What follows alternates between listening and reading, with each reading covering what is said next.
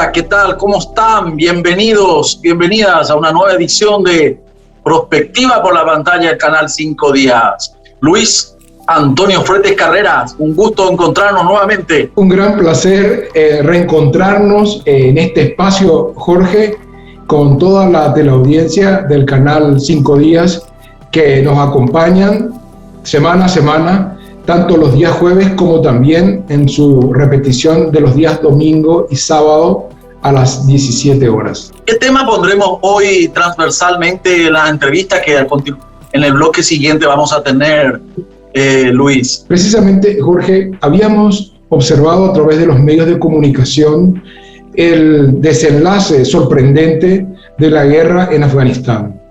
Y aparentemente esto es un evento que está muy lejos de nuestra realidad.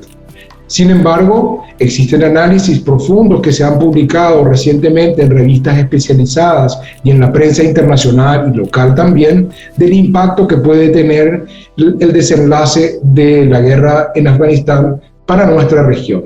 Y en ese sentido es que vamos a analizar no solo Afganistán, vamos a analizar el entorno euroasiático, que es donde se encuentra geográficamente Afganistán, pero también otros actores de gran relevancia. ¿Con quién vamos a hablar en esta ocasión, Luis Antonio Fretes? Vamos a hablar con Andrés Servín. Él es de formación antropólogo y tiene un doctorado en ciencia política y una vasta carrera académica a nivel internacional. Hoy en día es el presidente del Consejo Regional de Estudios Internacionales y Sociales, CRIES, con sede en Panamá, y al mismo tiempo tiene numerosas obras publicadas sobre el espacio euroasiático. Precisamente en ese entorno es que lo vamos a convocar a él para poder analizar, considerando que el año pasado, con un conjunto de académicos, desarrollaron una obra que se llama Actores Globales y Redescubrimiento de América Latina. Esa obra es una obra de gran trascendencia en el mundo académico hoy en día porque advierte los diferentes fenómenos que se están desarrollando tanto en Asia como en Eurasia y que tienen un impacto directo en América Latina. Qué bueno, espero que nuestras audiencias, la gente que está ahí del otro lado del televisor, nos puedan seguir en esta propuesta temática para este programa. Luis, bueno, la pandemia parece ser que ha recompuesto muchas cosas. Se me ocurre una pregunta que luego la iremos dilucidando en el transcurso del programa de hoy. ¿Será que este evento que hoy sucede en Afganistán, la salida, la retirada de Estados Unidos y la llegada o el control de Kabul y de Afganistán en manos de los talibanes, que estaban siempre ahí, pero tentando el poder, sería el primer hito histórico hoy en esta recomposición geopolítica post-pandémica? Es una pregunta que seguramente en la entrevista transversalmente tendremos la respuesta. Agradecemos a la gente que nos sigue semana a semana. Les recuerdo que pueden seguir compartiendo sus ideas, sus comentarios, sugerencias con nosotros a través de las redes sociales. Nos pueden seguir a través de Instagram, Twitter, Facebook, y escribirnos a través de Gmail en prospectivatv@gmail.com. Así también, Jorge, quisiera agradecer a los amigos de Encarnación que también ven nuestro programa y que nos hacen sugerencias muy interesantes para poder abordar un poco la relación de nuestro país con nuestros vecinos, tanto de Argentina como Brasil, en diferentes perspectivas. También quisiera agradecer al grupo Kraken con sus Gómez de Castro Apartments que nos ceden gentilmente el espacio para poder desarrollar nuestro programa Prospectiva semana a semana. Bueno, olvidé también que pueden seguirnos en YouTube. Muchos de los programas que ya se han emitido están hoy disponibles en YouTube. Bueno, y como cada programa presenta un tema de análisis, así que nuestros seguidores pueden acudir a esta plataforma para poder formarse, para poder obtener información que luego les ayuda a tomar decisiones. Bueno, hacemos nuestro primer corte, Luis, y enseguida estamos entonces con la entrevista pautada para la fecha. Muy bien, nos vamos al corte y volvemos en unos minutos.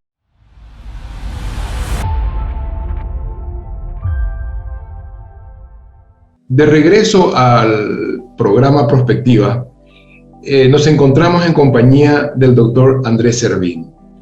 Andrés, un gran placer tenerte en el programa en esta edición. No, Luis, muchísimas gracias por la invitación. Un placer estar en el programa. Andrés, vamos a tratar un tema que para muchísimas personas en nuestros países es absolutamente desconocido y que sin embargo saltó a la opinión pública de una manera extraordinaria y hasta sorprendente por la caída de Kabul, la capital de Afganistán, en manos de los no sé si puedo, las fuerzas militares talibanes, ¿verdad?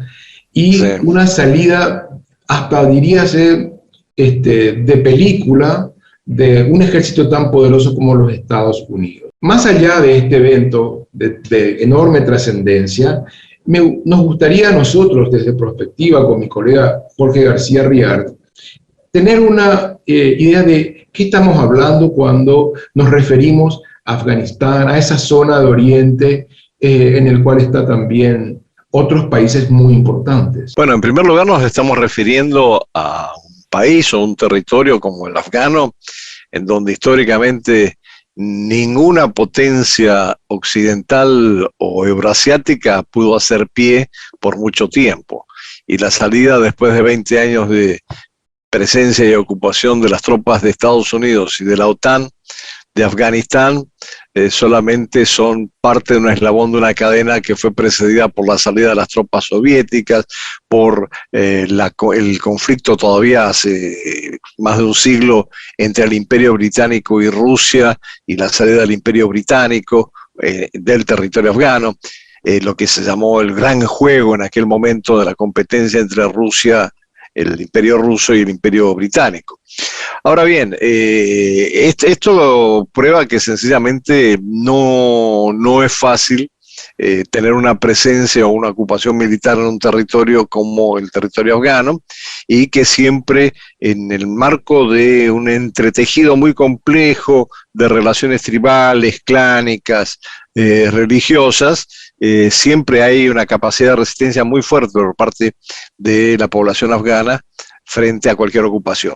Y en este caso en particular, los talibanes, que en su momento se enfrentaron con las tropas soviéticas, que ahora se han enfrentado con la ocupación norteamericana, bueno, han llegado finalmente más rápido de lo esperado y de lo previsto por la inteligencia estadounidense, han llegado a ocupar Kabul y han forzado a esta caótica retirada de Estados Unidos de Afganistán después de 20 años de ocupación.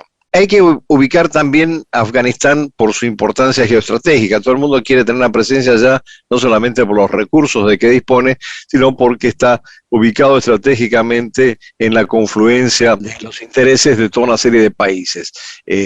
Tenemos que entender que Afganistán es un punto de inflexión dentro de la masa euroasiática, en donde se entrecruzan los intereses de países vecinos como China, que tiene una frontera muy pequeña, pero la tiene con Afganistán, de las ex repúblicas soviéticas, Tayikistán, Uzbekistán, Turkmenistán, que tienen sí fronteras y bastante porosas, de Irán y de Pakistán, que ha sido tradicionalmente el país que ha estado más vinculado con los talibanes y que ha ofrecido, de donde han salido algunos de las facciones talibanas más importantes, y que en general ha ofrecido refugio a los talibanes durante mucho tiempo, pero que también tiene conflicto con los talibanes, porque los talibanes se desplazan en la frontera de un lado para otro y ocupan espacios que Pakistán no está tan interesado en que obviamente sean ocupados por fuerzas irregulares de Afganistán.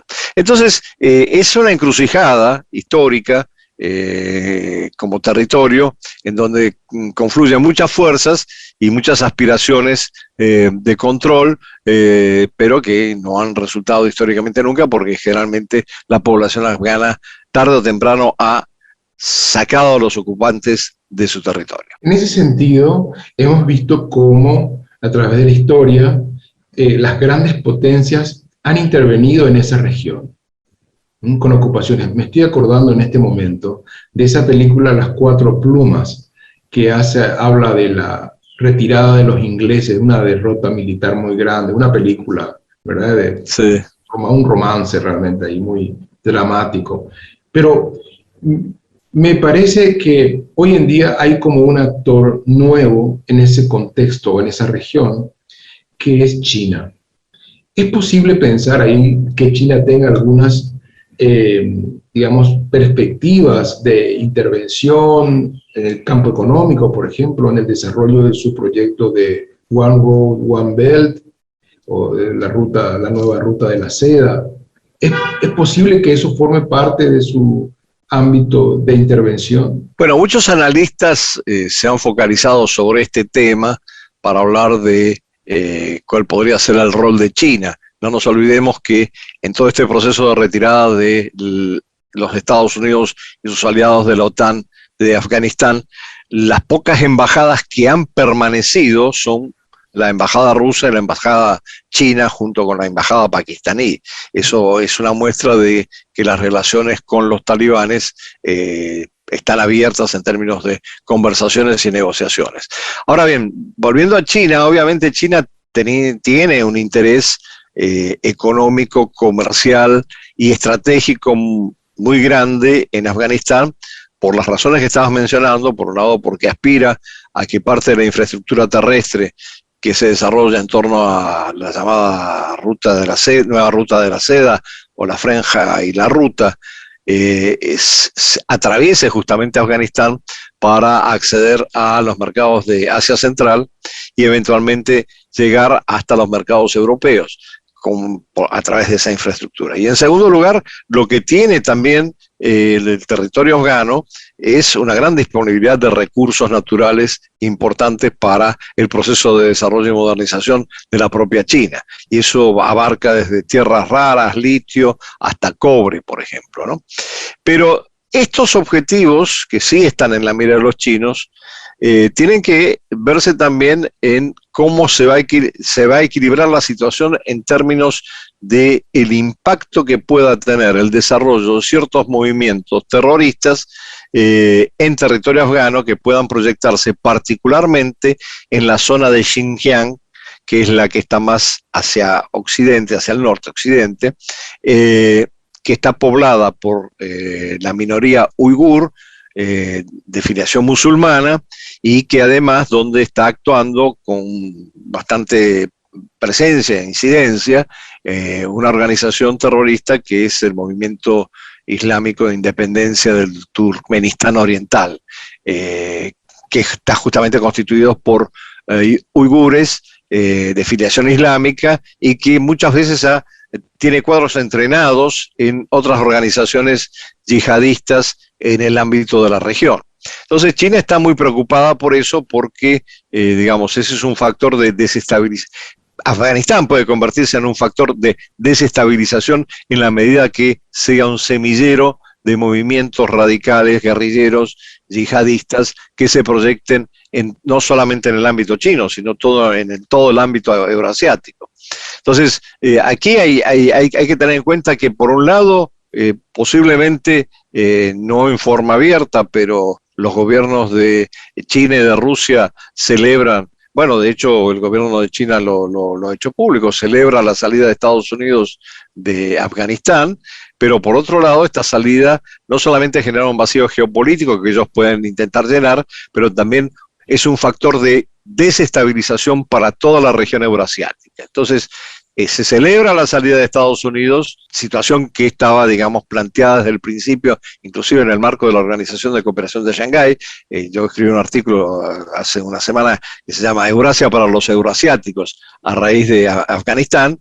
Y bueno, pero por otro lado también se incrementa, aparte de la celebración, se incrementa la preocupación porque ahora no hay manera de controlar qué es lo que va a suceder en Afganistán en términos de que pueda convertirse justamente en una zona de donde salgan movimientos guerrilleros que desestabilicen toda la región euroasiática. Y eso se refiere tanto a China, Pakistán, los países de Asia Central y eventualmente llegando hasta Rusia, porque, bueno, ya después podemos conversar un poquito más sobre los detalles, pero algunos de los movimientos que se anidan en Afganistán como el caso de ISIS Khorasan, que fue la fuerza responsable de los atentados contra Estados Unidos antes de su salida, tienen extensiones del Estado Islámico como fuerzas que están orientadas a atacar en territorio ruso. Entonces, aquí hay una compleja combinación que gira en torno fundamentalmente de la preocupación por contener la posibilidad del desarrollo del terrorismo en el área. Precisamente, André, haciendo referencia a tu artículo publicado en Perfil, haces un hincapié importante en la cuestión de la estabilidad. Uh-huh. Y la pregunta correspondiente es, ¿qué tipo de estabilidad creó la invasión de los Estados Unidos en esa región? Porque evidentemente el movimiento yihadista, terrorista islámico continuó activo, ¿verdad? No terminó por destruirlo, eliminarlo. Y se extendió a otros países que incluso alcanzan el África. Y por el otro lado, ¿qué nueva estabilidad va a crear la asunción al gobierno de los talibanes nuevamente en Afganistán? Esa pregunta te la dejo para nuestro próximo bloque. Vamos a un pequeño corte y regresamos en unos minutos.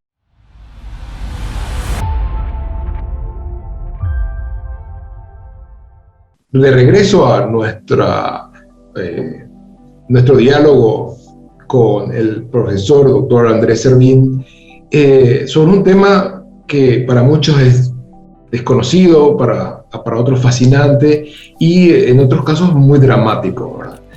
Decíamos, André, que en tu último artículo publicado en Perfil hacías un hincapié especial sobre la importancia de la estabilidad. Y la pregunta es, ¿qué tipo de estabilidad creó la invasión de los Estados Unidos y la OTAN en los últimos 20 años en Afganistán? ¿Y qué tipo de estabilidad crees que se va a generar con la asunción nuevamente de los talibanes al gobierno de Afganistán? Bueno, hay que tener en cuenta que el desembarco estadounidense en Afganistán, conjuntamente con la OTAN, fue a consecuencias de septiembre del 2001, cuando el ataque de Al-Qaeda en Estados Unidos.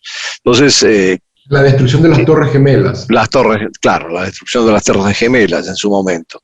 Entonces, como consecuencia de eso, considerando que en Afganistán anidaban justamente las células de Al-Qaeda, fue que se decidió la invasión a Afganistán.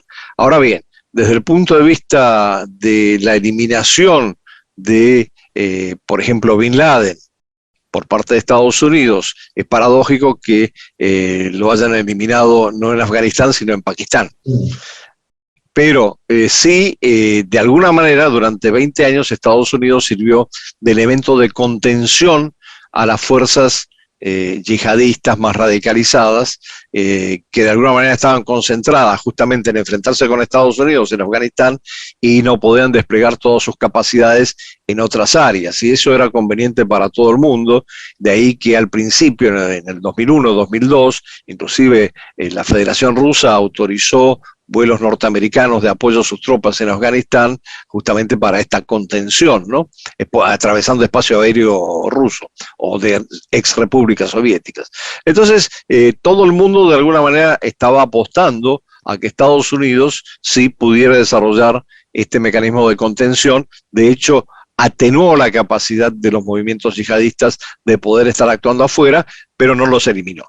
Entonces, con la salida de Estados Unidos lo que se genera es un vacío, porque no hay ningún elemento de contención, y lo que tenemos es un territorio en donde, aparte de que entre los talibanes hay facciones que están en desacuerdo, hay fricciones y que les va a costar constituir un gobierno, así sea un gobierno estrictamente talibán. De hecho, pareciera que no, porque hay negociaciones con otros sectores para constituir un gobierno de transición, pero lo cierto es que los talibanes también están enfrentados con las fuerzas del ISIS, las que hicieron el atentado en Kabul. Los talibanes se habían hecho un acuerdo con los Estados Unidos de que, con tal de que salieran al 30 de agosto, no iba a haber ningún tipo de represalias y les dejaban el aeropuerto de Kabul a su disponibilidad para hacer la evacuación de los que pudieran hacer evacuación.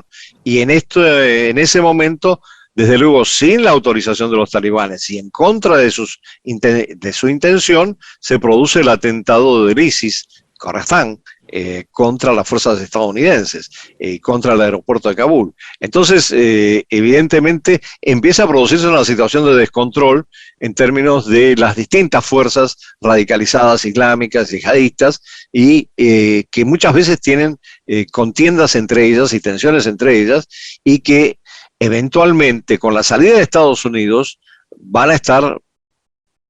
van a estar bajo un control, así sea relativo, de fuerzas que puedan impedir su expansión a nivel regional. Y ahí viene la preocupación de los restantes países euroasiáticos que, como decía, celebran por un lado la salida de Estados Unidos porque era el último espacio donde estaba presente Estados Unidos en Eurasia, pero por otro lado están tremendamente preocupados por cómo puede reflejarse esto en la inestabilidad de la región. Perdón, y ahí, Andrés, te interrumpo brevemente. Sí, no. ¿Existe la posibilidad de que se desate una guerra civil hacia el estilo de Siria, donde vuelvan a intervenir otros actores que ya no sean Estados Unidos, por ejemplo? Bueno, en estos días estábamos en una conversación con un grupo de analistas y en realidad se plantean tres escenarios. Un escenario es, bueno, los talibanes constituyen gobierno y tienen un relativo control del territorio y estabilizan la situación. Segundo escenario, los talibanes organizan un gobierno de transición con otras fuerzas y también garantizan la estabilidad regional. Y tercer escenario es que se producen enfrentamientos entre los talibanes, en el seno de los talibanes, pero también con otras fuerzas, y eso deriva en un conflicto civil que eventualmente puede involucrar a otros actores. No sabemos cómo va a evolucionar en ese sentido la situación en Afganistán de aquí en adelante, pero esos son los tres escenarios que se están dibujando, ¿no?, como posibles. ¿Y qué papel podría tener países como, por ejemplo, Irán o Pakistán en esta? Bueno, como decía, Pakistán tiene una relación, yo diría, en cierto modo ambigua con los talibanes, porque por un lado los ha apoyado, de hecho históricamente ha sido un respaldo importante en términos estatales por parte de Pakistán, por parte de las fuerzas de inteligencia e inclusive de los militares pakistaníes a los talibanes, pero por otro lado hay una preocupación del desborde de las fuerzas talibanas hacia el territorio pakistaní. Entonces está esta doble situación en donde por un lado sí los han apoyado, tienen buena relación, tienen canales de comunicación, mantienen la embajada en este momento de transición, pero por otro lado tienen una preocupación de que no haya un desplazamiento de los talibanes hacia territorio pakistaní. Y por el lado de Irán, que tiene una frontera muy extensa también con Afganistán, también hay una situación ambigua, porque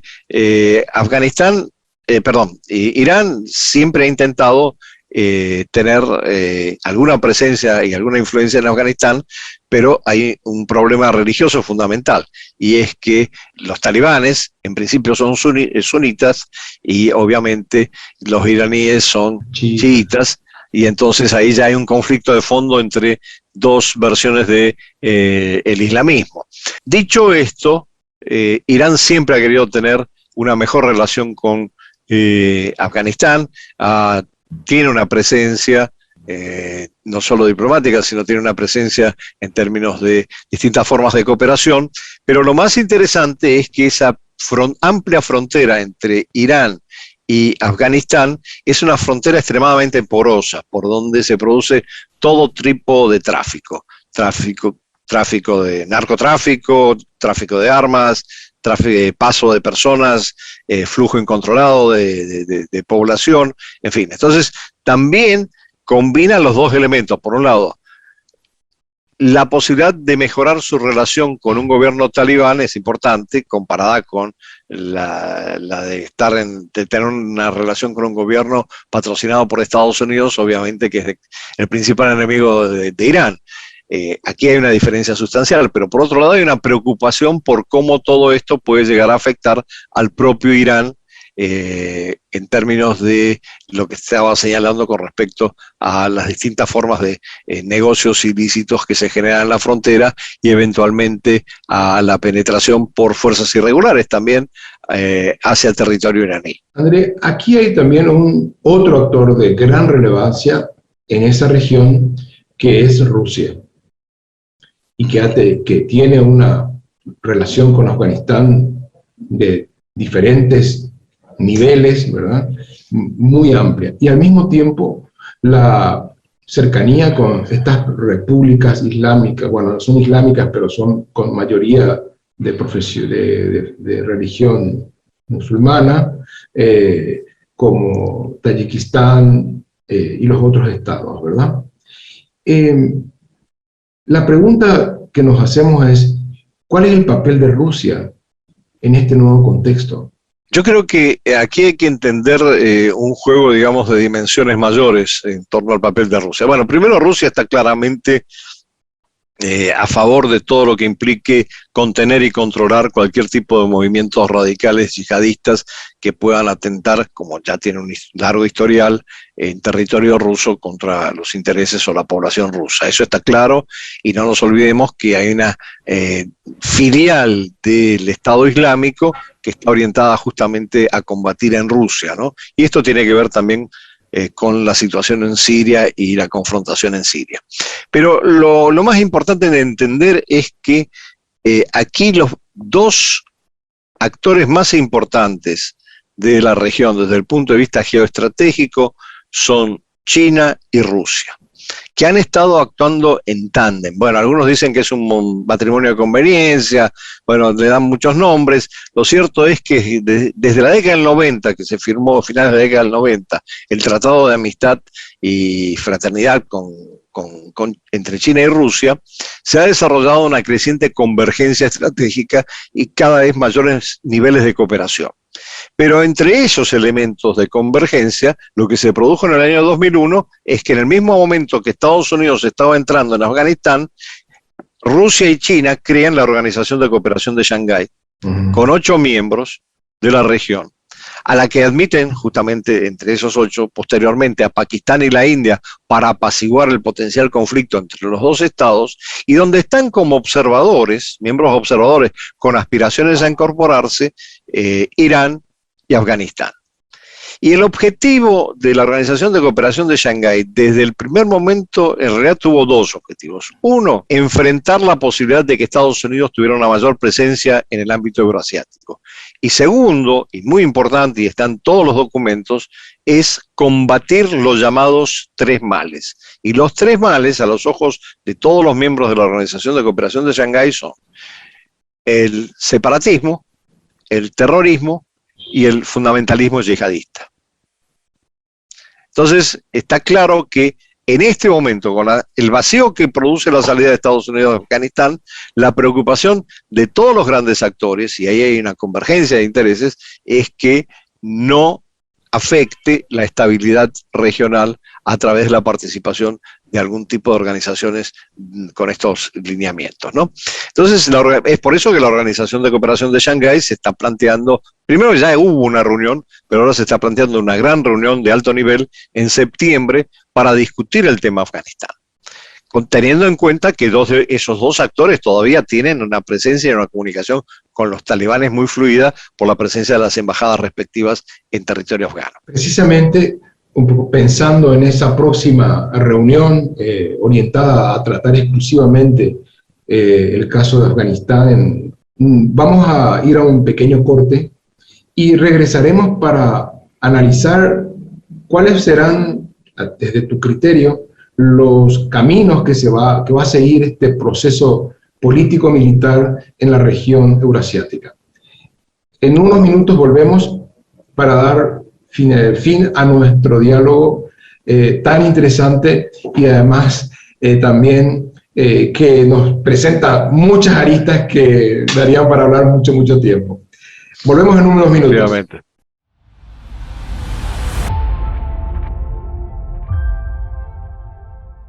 De regreso a nuestro, digamos, bloque final del diálogo con Andrés Servín, nos vienen a la cabeza muchísimos elementos, Andrés.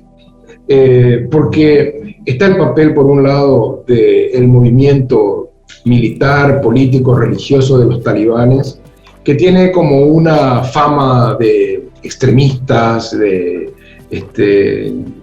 incivilizados, que alteran y violan los derechos, especialmente de las mujeres, que obligan a los niños a tener un tipo de conducta que no es bien visto en Occidente, y que, por otro lado, hay otras fuerzas como por ejemplo Irán o Arabia Saudita que tienen influencia en los diversos movimientos internos, pero también, como decías muy bien, los grandes actores como Rusia, China y Pakistán. Entonces, ¿cuál te parece que va a ser el desenlace de este proceso en los próximos meses en este caso de Afganistán, ¿verdad? Bueno, como planteaba anteriormente, estamos hablando de 3 escenarios posibles en lo interno. Ahora, ¿qué efectos externos tienen a nivel regional? Bueno, aquí entran a tallar primero los mecanismos de contención de carácter regional que existen, no solamente la Organización de Cooperación de Shanghái, también está la Organización del Tratado de Cooperación en Seguridad, la OTSC colectiva, de seguridad colectiva, que bajo la influencia de Rusia agrupa una serie de ex repúblicas soviéticas, incluyendo Bielorrusia, y que es una especie de mini OTAN, digamos, en el sentido de la protección de los intereses de estas ex repúblicas vinculadas a Rusia. Pero por otro lado hay un llamado cuadrilátero de seguridad que ha desarrollado China con sus propios intereses y en donde participan obviamente China, Afganistán, Pakistán y Tayikistán. Entonces, todos estos son mecanismos más que nada de seguridad colectiva, superpuestos, no siempre articulados, a lo cual se agrega además un tejido, si uno quiere llamarlo de esta manera, económico, comercial, sumamente importante que se está desarrollando en Eurasia a partir del lanzamiento de la nueva ruta de la seda en el 2013 en Kazajstán por el presidente Xi Jinping, que apenas había asumido, de la nueva ruta de la seda, y por otro lado la creación de la Comunidad Económica Euroasiática o Asociación Económica Euroasiática por parte de Rusia, que agrupa a Rusia con una serie de repúblicas, ex repúblicas soviéticas de Asia Central, e incluye también a Bielorrusia. Bueno, ahí había una aspiración que entrara también Ucrania, pero ese es otro problema que vamos a dejar ahora, por ahora, ahí en suspenso. Otro día podemos conversarlo. Pero lo importante es que la Comisión Euroasiática, la Comisión Económica Euroasiática, por un lado, y la franja y la ruta son dos elementos convergentes, pero que pueden generar grandes fricciones porque implican la influencia de dos actores en dos espacios en donde pueden producirse fricciones. Entonces, han llegado a un acuerdo muy importante, que es el acuerdo de armonización del espacio euroasiático, de la Comisión Euroasiática, con la franja y la ruta, por lo cual la franja y la ruta no entra en alguno de los países, no entra en Rusia no es parte de la franja y la ruta, como mecanismo de armonización justamente se desarrolla este acuerdo para evitar mayores fricciones entre los intereses de China y de Rusia. Ahora, esto es todo un cuadro extremadamente complejo que generalmente en Occidente conocemos muy poco y que le da una dinámica muy particular a Eurasia. Por eso yo titulaba mi artículo Eurasia para los euroasiáticos, porque con la salida de Estados Unidos, bueno, todos estos mecanismos empiezan a tener una relevancia cada vez mayor desde el punto de vista estratégico, y hay que ver cómo se da el interjuego entre estos mecanismos. Lo cierto es que todo depende de cómo siga funcionando este eje ruso-chino en el ámbito euroasiático. Pero no nos olvidemos de una cosa, y no la habíamos mencionado y la saco a relucir ahora. En su momento, el canciller y después primer ministro de Rusia en la década del 90, Evgeny Primakov, señalaba que Eurasia va a tener una importancia cada vez mayor, gravitacional en el sistema internacional, pero en base a un triángulo estratégico. Y en el triángulo estratégico mencionaba a Rusia, a China obviamente, y la India. Y aquí está el otro actor que yo creo que es el gran perdedor de lo que está pasando en Afganistán. Porque, por un lado, su mayor aliado eventualmente en la iniciativa del Indo-Pacífico, Estados Unidos, se retira. Por otro lado, Pakistán avanza y gana territorio y espacio en Afganistán. Y esto genera, sí, una creciente preocupación por parte de la India de que pueda forzarse a una situación de mayor confrontación en Cachemira entre las dos fuerzas, la histórica zona en disputa y de confrontación entre Pakistán y la India, y consecuentemente la India es una de las más preocupadas por la situación de Afganistán, porque también hay movimientos islámicos yihadistas que actuaban desde Afganistán en territorio indio. Ahora, permíteme, André, en ese contexto cada vez más complejo, plantearte una duda, o tal vez una contradicción, en el sentido de que Rusia, al igual que los países de la OTAN, han desarrollado sistemas de defensa con intervenciones militares directas, ocupaciones, invasiones, ¿verdad? Ataques preventivos, utilización de su arsenal sofisticado de armas. En tanto que nosotros conocemos muy poco de ese tipo de intervenciones por parte de China o de India.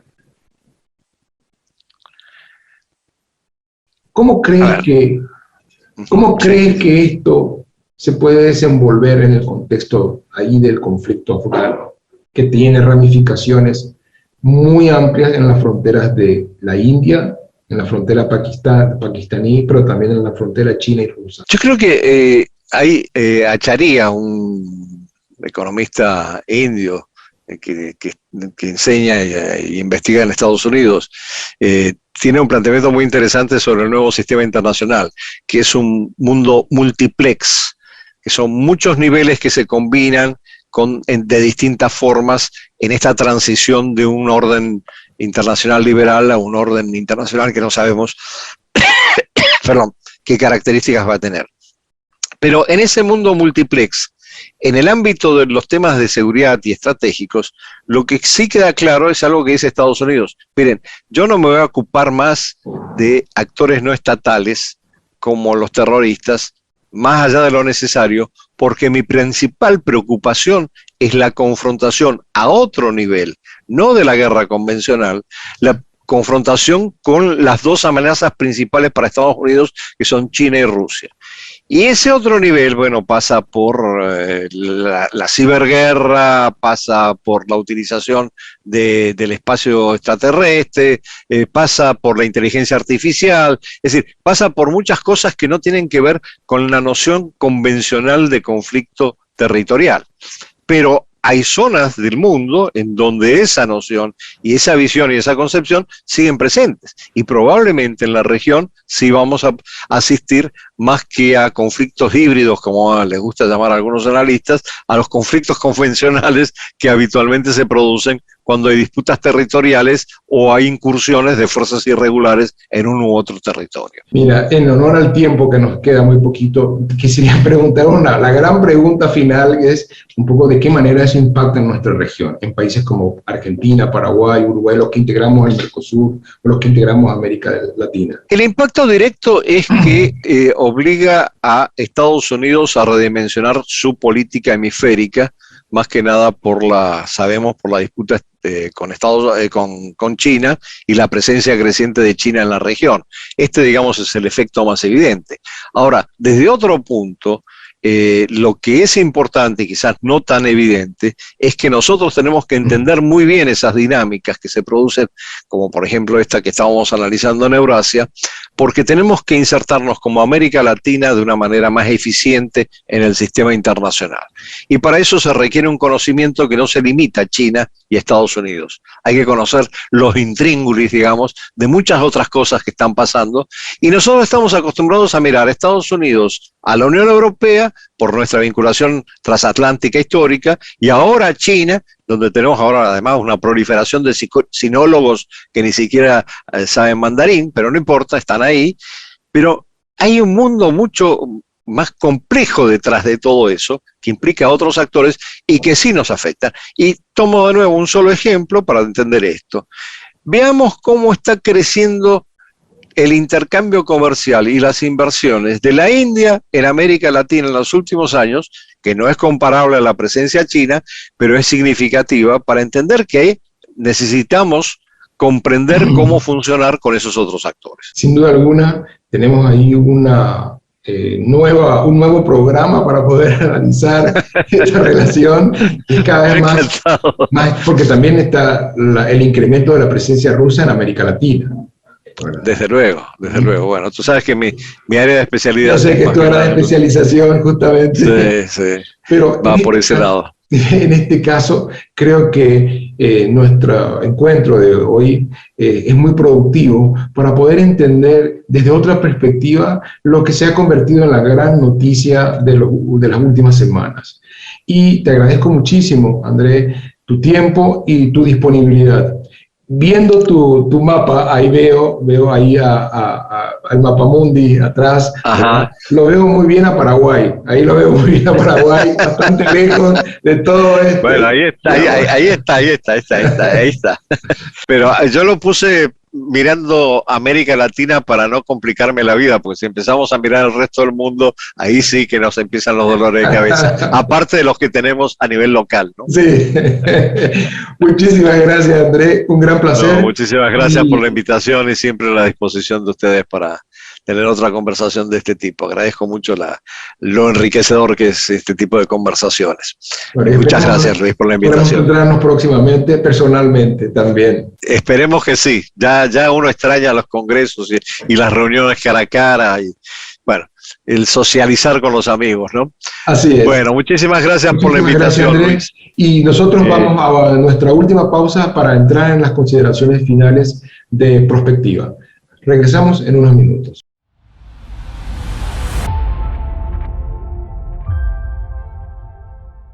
De vuelta en Prospectiva para nuestro bloque de cierre conclusivo, en la que nuestra intención es compartir algunos tips, algunos puntos resaltantes de la entrevista, de manera que ustedes que nos siguen puedan tomar algunas decisiones y también poder comprender mejor los problemas, los fenómenos que están en nuestro contexto internacional y también local. En ese sentido, Luis Antonio Fretes Carrera, ¿cuáles son nuestras conclusiones de la entrevista que mantuvimos en los bloques anteriores? Mira, Jorge, yo sé que vos y yo desarrollamos actividades académicas en la universidad hace mucho tiempo, pero quiero decir que con esta entrevista hemos aprendido muchísimo, ¿no te parece? De cosas que no percibimos probablemente, a pesar de que buscamos en la prensa, leemos en las revistas es indudable que el entorno euroasiático es bastante complejo y al mismo tiempo es muy desconocido para nosotros. Nos parece lo lejano, Luis. Si cuando hablamos del lejano oriente o el lejano Asia, decimos por ello, porque desde aquí nos queda muy lejos.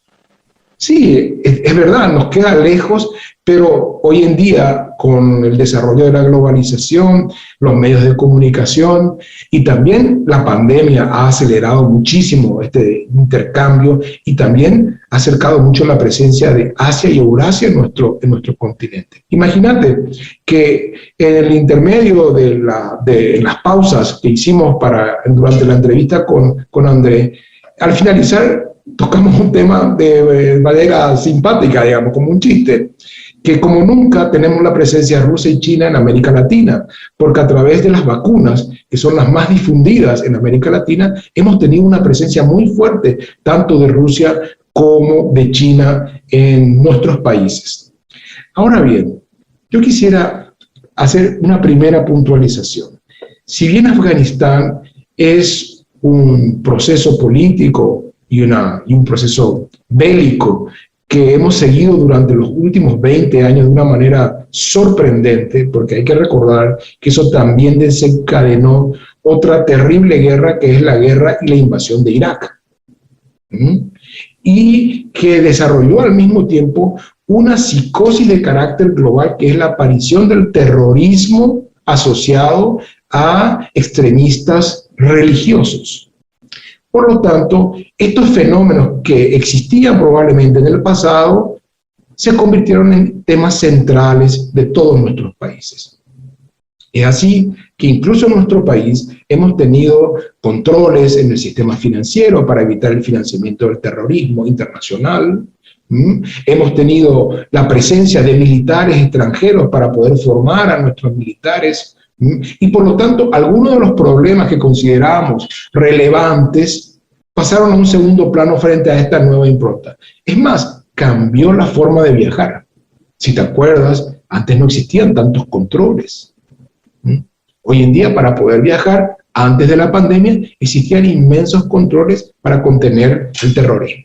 Por lo tanto, lo que se plantea con el evento que se relaciona a Afganistán, tenemos que los últimos 20 años ha sido una sucesión de guerras que se han extendido más allá del límite fronterizo de Afganistán y por lo tanto perdimos el proceso interno. Y es ahí donde André Servín nos plantea una cuestión fundamental, y es que la fuerza talibán no es una fuerza enteramente religiosa, sino que está asociada a una organización tradicional, histórica del pueblo afgano y muy cercano a Pakistán, que es el país vecino más influyente y más importante en este momento. Por el otro lado, también uno debe considerar que en esa región, en ese espacio geográfico, conviven varias potencias nucleares. Quizás es el espacio donde mayor cantidad de potencias nucleares conviven, comenzando por Rusia, seguido por China y también la India y Pakistán. Son 4 países con potencial y con armamento nuclear. Por lo tanto, ahí hay un grave problema de que el día que se desate un conflicto bélico entre los estados sería una guerra verdaderamente terrorífica y catastrófica para la humanidad. Por el otro lado, hay también otros actores relevantes, como son Irak e Irán, que son potencias militares, que ya lo fueron. En el caso de Irak, fue una gran potencia militar que fue destruida en la guerra desatada con los Estados Unidos. Pero queda Irán, que es una gran potencia militar y que es una gran potencia económica también, que está en una carrera para desarrollar capacidad de producción de armas nucleares y que permanentemente está siendo objeto de boicots por parte de los estados europeos, de los estados miembros de la OTAN o de los Estados Unidos mismos, y que está pendiente ahí, muy cerca, el problema de Israel, porque el país más amenazado, en el caso de que se desarrolle un Estado islámico fundamentalista, es el Estado de Israel, que es probablemente el más cercano. Ahora bien, hay un elemento adicional que destacó André, que es el hecho de que China es un país que está desarrollando un vínculo intenso con el nuevo gobierno talibán porque lo que quiere es estabilidad. No es solamente influenciar, sino es tener estabilidad para poder contener posibles fugas de terroristas a su territorio. Porque en China también habitan millones de musulmanes que son de una tendencia especial, también sunita, ¿verdad? Y del islamismo tradicional, y que pueden causar graves problemas al interior de China. Por el otro lado, también está Rusia, que tiene algunos estados colindantes como Tayikistán, Uzbekistán, Turkmenistán, que son estados con gran población islámica, y que muchos de sus habitantes han participado en la guerra yihadista, tanto en Libia, en Siria, así como también en Afganistán y en Irak. Entonces, ahí tenemos un componente muy, muy grave donde se relacionan todos. Y finalmente, hay un cuarto país, ¿verdad?, que es también muy importante y que ve con mucha preocupación todo esto, que es la India. Y es que quien es actualmente el único aliado de relevancia de la OTAN y de Estados Unidos en esa región. Luis Fretes Carrera, una guerra de escala mundial, ¿es todavía un escenario posible en el mundo? O sea, los países deberíamos tener en cuenta todavía en clave perspectiva una posible guerra mundial, teniendo en cuenta estos datos que nos has dado ahora. ¿Pasaríamos de una guerra fría a una guerra más caliente, por decir algo? ¿Cómo vos lo ves? A ver, yo creo que Andrés Servín ya nos planteó y nos deja en la entrevista que acabamos de tener con él, en el diálogo que tuvimos con él, es que uno concluye que las guerras contemporáneas no son de enfrentamientos entre ejércitos en forma directa. Probablemente sea esa una etapa muy posterior, que las guerras hoy en día se desarrollan en el campo económico, se desarrollan en el campo tecnológico y al mismo tiempo en el campo cibernético. Por lo tanto, hoy en día tenemos un enfrentamiento de gran relevancia, particularmente entre Estados Unidos y China. Y es en esta confrontación, en esta disputa, que se demuestra que las guerras no se libran más con las armas, que se libran precisamente con acciones anticipadas que bloquean al adversario. En este caso, en el desarrollo de nuevas tecnologías. Precisamente no comentó eso André, pero Rusia presentó un nuevo cohete, ¿verdad? Transatlántico, que supuestamente es imperceptible para todo tipo de radares o de sistemas de control satelital. Así también desarrolló un nuevo avión. Por lo tanto, ese tipo de disputas es una carrera que existe y que está en marcha. Ahora bien, creo que esta ya es mi perspectiva. Lo que se advierte en el futuro es que el primer paso es lograr la estabilidad en Eurasia, porque tener un Estado en permanente inestabilidad que pueda estar envuelto en una guerra civil va a desarrollar una actividad en las fronteras de todos estos estados, con China, con Rusia, con Irán, va a tener efectos en Pakistán y al mismo tiempo en Irak y la India.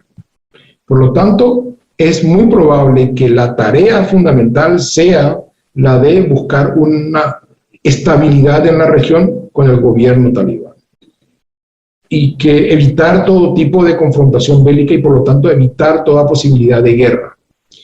En este sentido es que la conferencia de Shanghái, que es una organización que agrupa a la mayoría de los estados de Eurasia y Asia, está realizando una conferencia en este mes de septiembre para poder viabilizar mecanismos de reconstrucción y de estabilidad para Afganistán. Eso lo que va a traer es, digamos, una descompresión de la problemática y va a traer, digamos, un ambiente de paz y de tranquilidad para todas estas potencias que están fuertemente armadas, pero que aún así pueden ser vulnerables a un tipo de guerra, de guerrillas o de terrorismo de carácter fundamentalista. Finalmente, Jorge, para no extenderme tanto, creo que tendríamos que rescatar una cosa, y es el impacto que tiene este evento en Eurasia en la región de América Latina y particularmente en Mercosur. Porque nosotros creemos que no nos va a llegar. No es una cuestión de que nos llegue, es de qué manera nos afecta. Y esto es, por ejemplo, es el desarrollo de las nuevas tecnologías de comunicación. Pasar del 4G al 5G, donde hay una disputa con China, donde China está desarrollando una tendencia muy grande a establecer nuevos vínculos en América Latina. Por el otro lado, China se ha convertido en un socio económico estratégico y fundamental para todos los países de América Latina, y particularmente en el Mercosur. Qué importante es la relación económica que hoy día China tiene con todos los países del Mercosur, incluyendo Paraguay, con quien no tiene relaciones diplomáticas. Imagínate que la relación con Argentina es fundamental, pero también con Brasil, ¿verdad? Y hay que recordar que Brasil es el que lleva la mayor parte de la torta del Mercosur. Y por lo tanto, a pesar de que el gobierno Bolsonaro intentó descalificar al gobierno de China, no ha podido disminuir el vínculo económico porque es imposible. Y eso lo que nos trae, en consecuencia, es una intervención de estas disputas, de estas confrontaciones que se desarrollan en Eurasia, también se disputan en nuestros espacios geográficos. Luis, estoy nomás también pensando que a veces estos problemas traen como consecuencia migración forzada, ¿verdad?, de las poblaciones en conflicto. Si bien Afganistán, Pakistán, Líbano, Israel, China nos queda muy lejos territorialmente, no podemos negar la presencia de contingentes de población de estos países en nuestro país, ¿verdad? Y en la frontera, por ejemplo. Entonces, yo creo que también tendríamos que analizar y entender la verdad las posibles migraciones forzadas que puedan surgir hacia América Latina de contingentes de personas afectadas por estos conflictos que ojalá no sean bélicos, que no sean calientes, ¿verdad? Pero que puede generar. De hecho, cuando llegan los talibanes ahora a Kabul, hay una tensión de que población no de acuerdo, ¿verdad?, al régimen islámico religioso tuviera que salir de la frontera y cruzar e ir a otros países, ¿verdad? Y es muy posible que muchos de ellos pudieran tener como destino final América Latina. Entonces creo que no hay que olvidar un poco esa consecuencia que estos problemas pueden tener. Observando las estadísticas y también las informaciones, la agencia que coopera con los refugiados a nivel global, que es ACNUR, y la Agencia de Naciones Unidas, ¿verdad?, informa que los afganos son el segundo contingente humano de refugiados en el mundo. Los primeros son los sirios, los segundos son los afganos, están todos en la misma región. Así es. De una manera cercana. Sin duda, ellos ejercen una presión mayor en países como Turquía, en países como el Líbano, en países como Rusia o en algunos países de Europa a través del mar Mediterráneo, ¿verdad? Sin embargo, también es posible que puedan haber contingentes humanos que puedan venir a América Latina, ¿verdad? Yo creo que eso no tendría por qué ser un problema en realidad. Lo que nosotros tendríamos que considerar es que si la comunidad internacional es capaz de organizar un programa de asistencia y al mismo tiempo garantizar la estabilidad en Afganistán y todos los países circundantes, van a hacer un gran bien a la humanidad, porque ahí no solamente hay un potencial de conflicto, de crisis humanitaria, sino también un potencial de un conflicto, de una guerra de consecuencias catastróficas por la presencia de estas potencias nucleares. Muy bien, excelente. Estamos llegando al final de una edición más de Prospectiva. Vamos a agradecerles a todos los seguidores, a todos los que están ahí del otro lado, siguiéndonos los jueves y la repetición de los fines de semana. También a los que nos apoyan técnicamente, logísticamente y nos dan sus sugerencias para mejorar nuestro espacio, proponer también temas que sean de interés. Muchísimas gracias a todos ellos. Luis, no sé, saludamos también a nuestros colaboradores, auspiciantes. Muchísimas gracias al grupo Kraken, que es el que nos cede el espacio como para desarrollar nuestro habitual programa, pero así también a todas aquellas empresas que hoy en día están patrocinando este programa desde el canal 5 Días, a quienes agradecemos infinitamente la gentileza de darnos este espacio y al mismo tiempo la posibilidad de analizar a profundidad algunos temas trascendentes para la humanidad, pero también para nuestro país. Síganos en las redes sociales, nos encontramos la próxima semana. Nos vemos la próxima semana.